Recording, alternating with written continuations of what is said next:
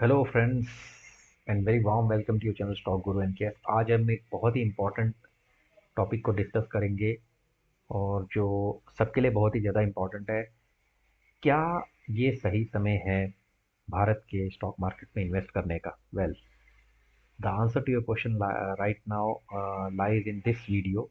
इसे आप ध्यान से देखना और मैं पूरी कोशिश करूँगा इसमें समझाने की कि शुड वी और शुड वी नॉट। ओके, तो लेट्स स्टार्ट। जो इस चैनल को पहली बार देख रहे हैं, प्लीज़ मैं उनको रिक्वेस्ट करता हूँ इस चैनल को सब्सक्राइब करिए, बेल आइकन दबा के रखिए ताकि आपको टाइमली नोटिफाई हो जाए। इस चैनल के थ्रू मैं रोज़ लाइव स्ट्रीम करता हूँ इंडेक्स ट्रेडिंग की, because as far as trading is concern I am deep down drilled myself into index trading. That's options trading I'm talking about, bank Nifty Nifty specific. तो please please please channel को subscribe करिए।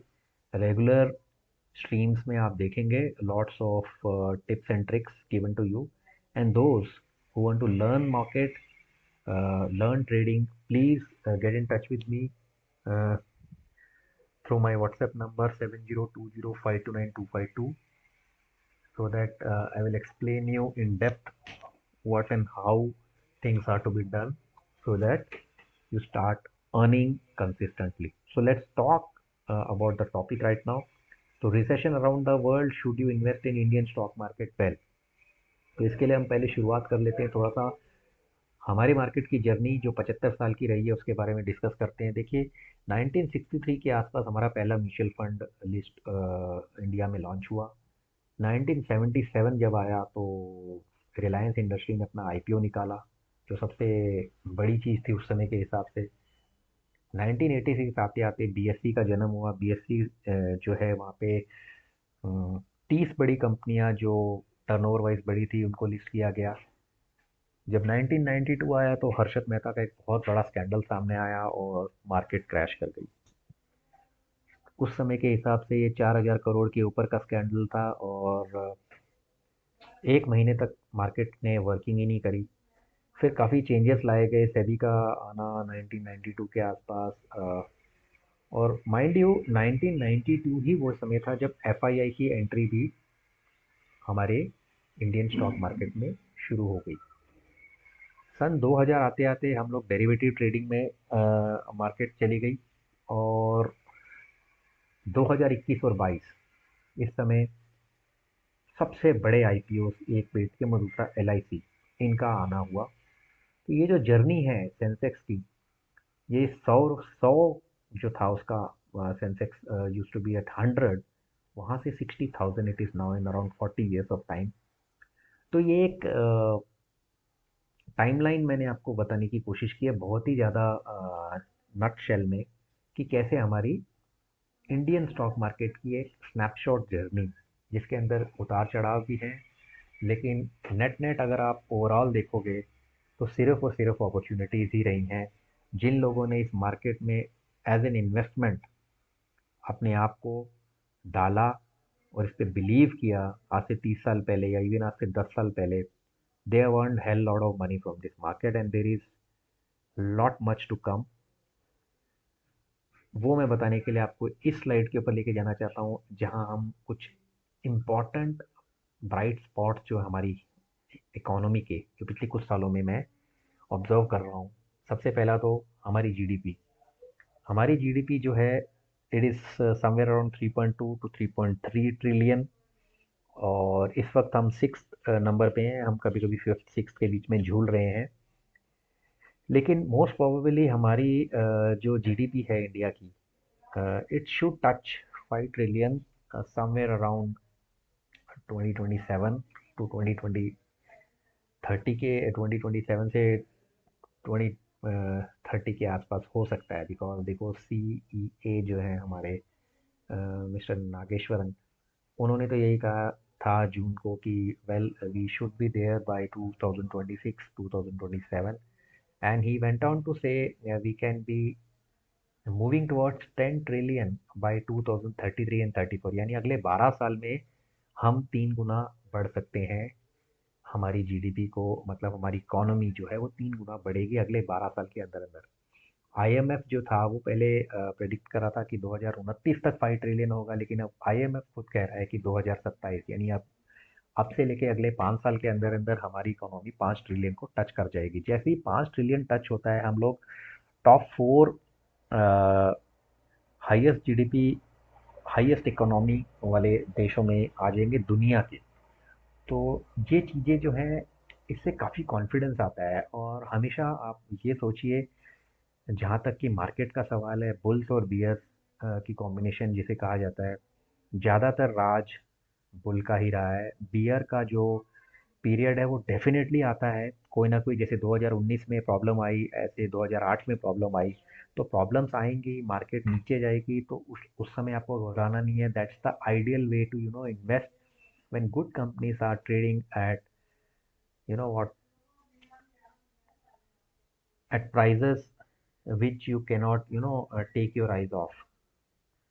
इसके बाद मैं आता हूँ हमारे forex reserves पे। देखिए, आपको अपनी इकोनॉमी स्ट्रांग रखनी है तो आपके पास रिजर्व्स भी तगड़े होने चाहिए। आज की तारीख में पिछले 9 साल के अंदर गवर्नमेंट के अच्छे स्टेप्स लेने की वजह से हमारे फॉरेक्स रिजर्व्स ऑलमोस्ट 600 बिलियन की तरफ हैं। और इतनी चारों तरफ की नेगेटिविटी न्यूज़, कोरोना वायरस का आना, उसके बाद जो ये बिल्डअप हुआ है, तो ये चौथा सबसे बड़ा फॉरेक्स का रिजर्व है भारत। और ये बात करते समय हमारे आरबीआई गवर्नर ने भी इस बात को एक्नॉलेज किया था, जब वो अभी कुछ ही दिन पहले अपना पॉलिसी का रेट हाइक के बारे में डिस्कशन चल रहा था। तो बेसिकली इसकी कॉम्पोजिशन में वही है, US dollars, US government bonds, institution bonds वगैरह। तो अच्छी बात है। ये एक बहुत बड़ा सपोर्ट का काम करेगा आपकी इकोनॉमी को। जब थोड़ा सा रिसेशन पीरियड या थोड़ा सा इन्फ्लेशनरी सिनेरियोज आएंगे, तो उसमें ये आपको बाउंस बैक करने में बहुत हेल्प करेगा। उसके बाद अगर आप इस डेटा पे आते हैं, जो हमारी जीएसटी की जो कलेक्शन है, at least this year it is been fantabulous. 1.3 lakh crore minimum हर महीने रही है since January. Since January, it has been very consistent. These are all good signs. If you are getting a tax collection at a consistent rate, and GST has come out as a big relief, if you ask me very honestly, इससे काफ़ी ज़्यादा engine, जिसको बोलते हैं हमारी economy की गाड़ी को, इंजन को फ्यूल जो होता है, वो इस जीएसटी के थ्रू मिलने की वजह से हम लोगों ने अपनी इकोनॉमी को बहुत संभाला है। जब कोरोना आया था 2020 में, उनका इम्प्लीकेशन हमारी जी इस पे पड़ा था, इकोनॉमी पे। हमारे जीडीपी नंबर्स भी नीचे गए थे, लेकिन बाद में हम लोगों ने बाउंस बैक जिस तरह से किया है, this is a very bright spot. And we should always see the positive and brighter things in life, and that's why I say this data is a very important data. And this also will play a very, very important role for you, for me, for everybody who is interested in Indian economy and ultimately is interested to think upon whether you should invest or not in the Indian market even now. इस data पे आइए, this is very important data. ये आपको बताता है कि हमारी global standing actually है किस तरह से। इनोवेशन की इंडेक्स में हम लोग इन टॉप 50 आ रहे हैं अब। कभी कभी हम आसपास भी नहीं फटक रहे थे, तो we are doing very well there, we are rank 46। Startup index देख लीजिए, we are around 20th in that. Ease of doing business में we have done leaps and bounds improvement, we are at 63rd position now. And our stock market is sixth in terms of market cap, which is itself is a great thing. Okay, unicorns के बारे में मुझे बोलने की ज़रूरत ही नहीं है। दुनिया में तीसरे नंबर पे हम आ रहे हैं, वहाँ पर सारी दुनिया देख रही है। चाइना यूएस के बाद इट्स इंडिया। फार्मा इंडस्ट्री तो हमारी है ही दुनिया की तीसरी सबसे बड़ी इन टर्म्स ऑफ वॉल्यूम्स, और वैल्यू के टर्म्स में 14th है। स्टील प्रोड्यूसर हम दुनिया के दूसरे नंबर के हैं। मोबाइल हैंडसेट की मैन्युफैक्चरिंग में we are number 2 in the world. And in terms of IT या टेक्नोलॉजिकली एडवांस कंट्रीज में we are ranking 17। Let's we are in top 20 again there. Automobile industry जहाँ तक इंडिया की है, उसमें हम लोग we are done very well, we are fourth largest in the world.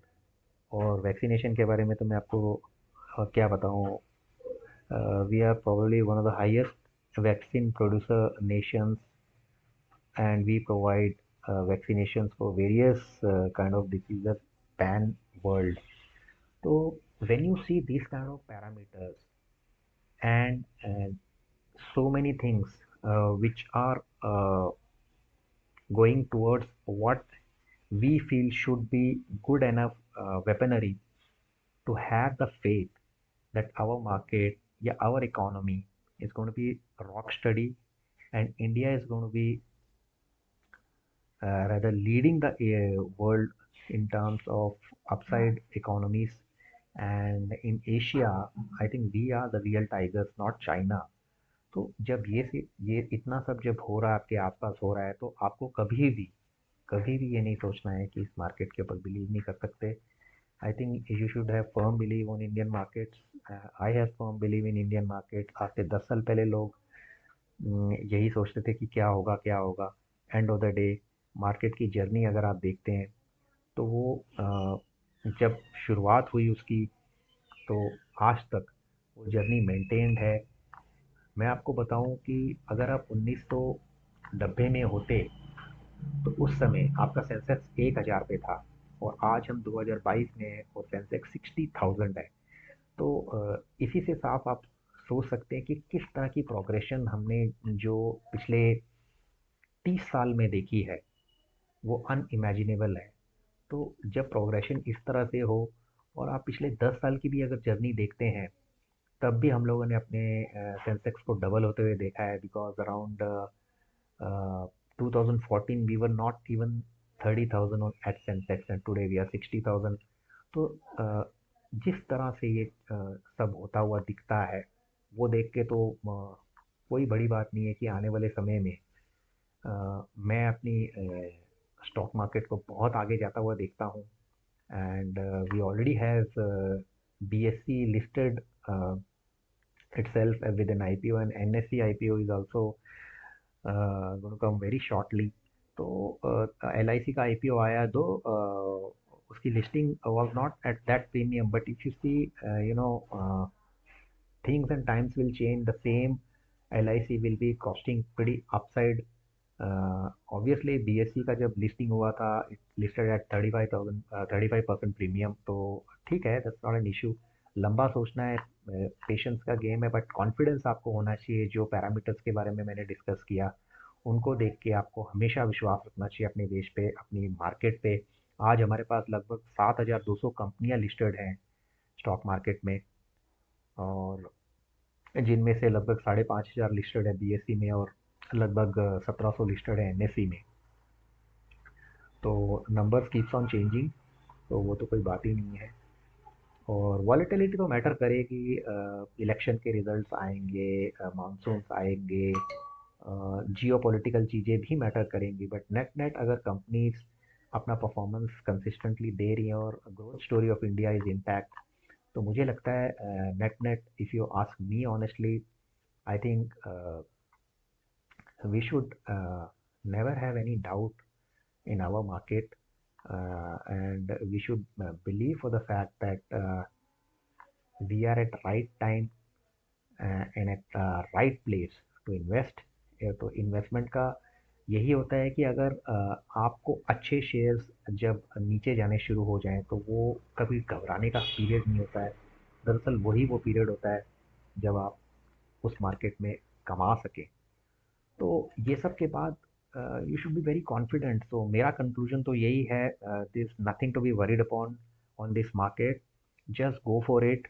Youngsters हैं तो you should plan a small SIP for yourself. Look out for companies which have got good fundamentals, good businesses, and consistent businesses.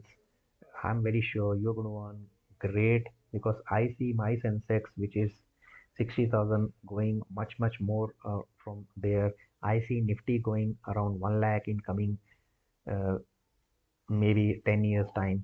तो वही shares, वही companies के shares जो आज आपको x value पे लग रहे हैं, वो आपको बहुत आगे बढ़ते हुए दिखेंगे. फिर आप यही सोचते रह जाएंगे कि काश काश मैं उस डर से बाहर आ जाता. So I guess I've been able to explain you. The answer for the question is yes, very much. You should have that confidence in investing in Indian market and just do it. So thanks for watching this video of mine hope I have change your mindset. और please अगर आपको ये video पसंद आया हो तो ज़रूर channel को सब्सक्राइब लाइक करना मत भूलिए। I will come out with some more videos soon, so take care and bye bye.